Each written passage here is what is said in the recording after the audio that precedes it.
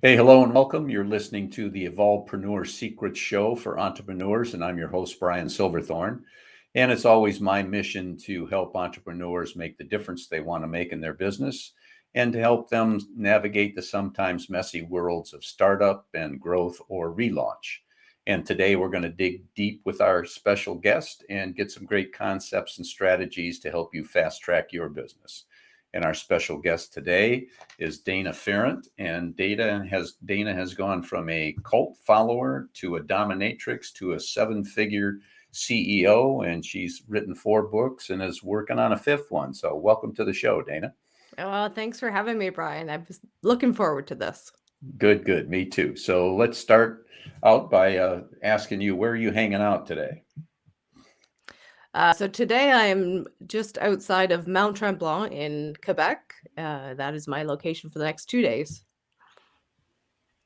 So, wandering the world at the moment, huh? Wandering the world, yes. Okay.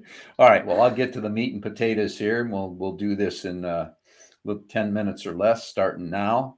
So the first question is why did you choose this particular business?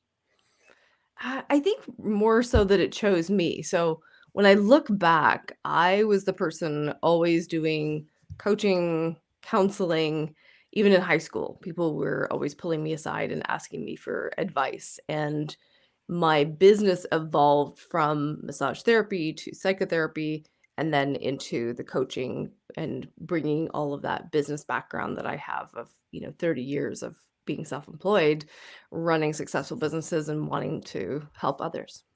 Good. So who is your ideal client? I love business owners who are making between 500 and 5 million. They're just kind of in that small business space where they have a few employees and they're really looking to ramp it up. And that's where the big shifts need to take place internally. Okay. So and then there's plenty of those out there. So you've got lots of opportunity, I would imagine. Hmm. Um, so what's the main problem that you solve for them? I would say the majority of people in that zone, they don't need to learn how to do something specific. So whether they're online, and they don't need to learn how to do funnels. They don't need to learn how to do the things. They need to change gear from in their business, really in the trenches doing all the things to how do I lead a team and who do I need to become in order to lead that team effectively. And that's a huge leap for most people. Most people think in terms of more technical skills, but really what you need to do is you need to be willing to hire those super smart people who are going to take you further. Yeah, that's always been a good philosophy that I tried to follow in my business is to do what you do well and enjoy and hire other people to fill in the blanks and make sure you hire the right ones. Ideally. Yeah, ideally, yeah. So before your clients come to you for help, I'm sure they're experiencing some symptoms. So what are the symptoms that Mm. cause them to reach out? Absolutely. So most of the time it's overwhelm and chaos. They have staff that are underperforming. They have maybe bookkeepers that are letting their books run amok. Usually it's mess. There's mess and chaos going on. And they know that they're smart. They know that they're capable. And they're just wondering, why is this not working? Why can't I get it to work? What is the missing piece?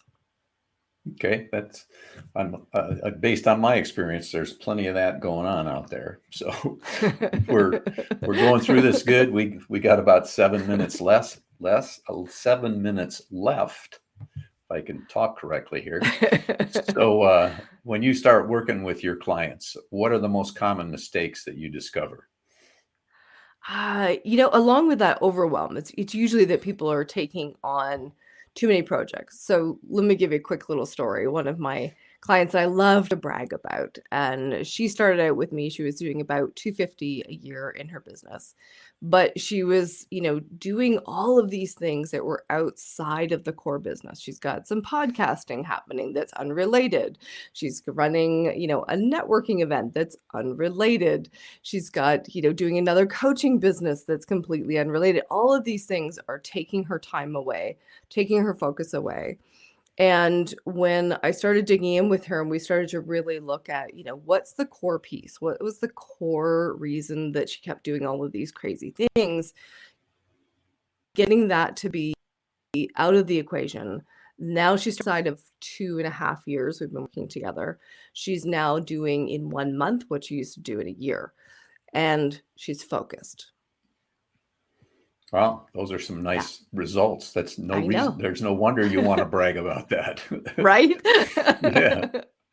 Yeah. So if someone's to the point where they're considering reaching out to you for some help, so what is one action they could take right now that would help them out? Won't solve all their problems, but maybe give them a good start.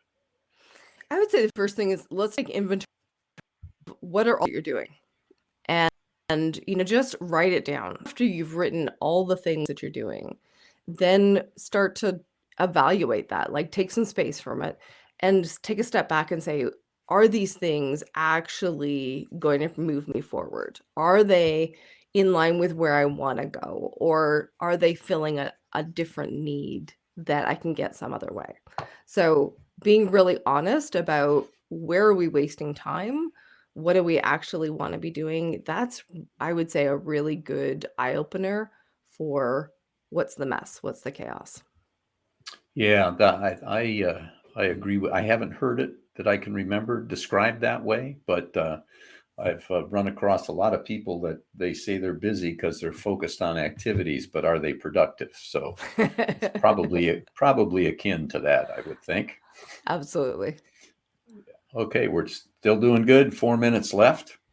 So since all entrepreneurs face challenges along the way, even those that they're making the big bucks. So what's the biggest problem, if any, that needs to be addressed in your business?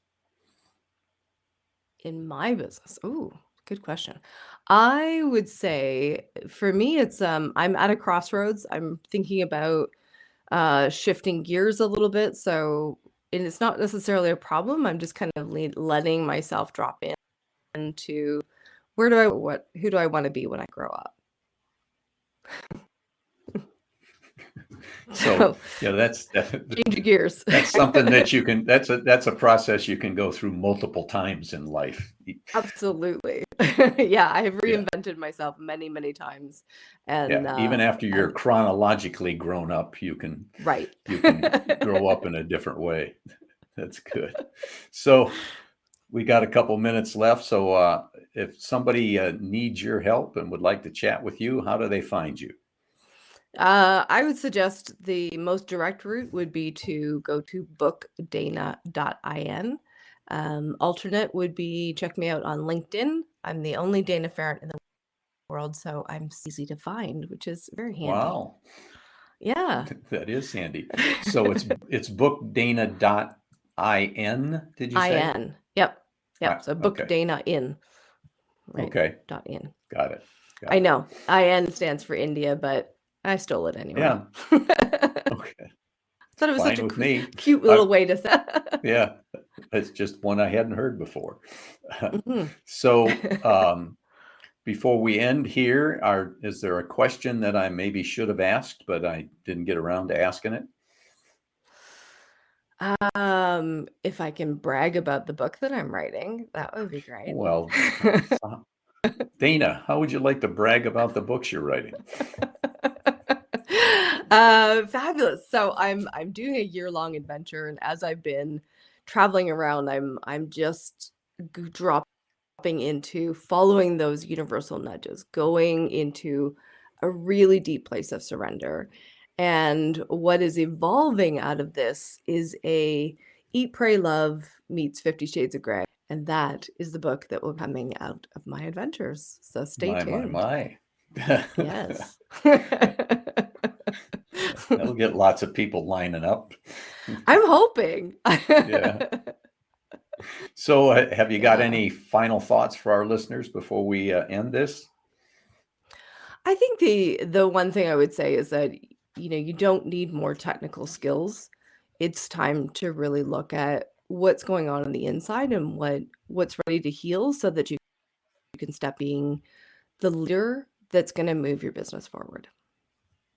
Excellent advice, and we'll use that as an end point. So that's a wrap on another great guest episode of the Evolvepreneur Secrets Show for entrepreneurs. And just before you go, if you liked it, please give us a 5-star rating. And if you would be kind enough to share it with a few people to spread the word. And if you want to make sure you don't miss any future episodes or you want to catch up on some back ones, go to the evolvepreneursecrets.show. And if you're an entrepreneur and you got a great idea, let's get started on it today.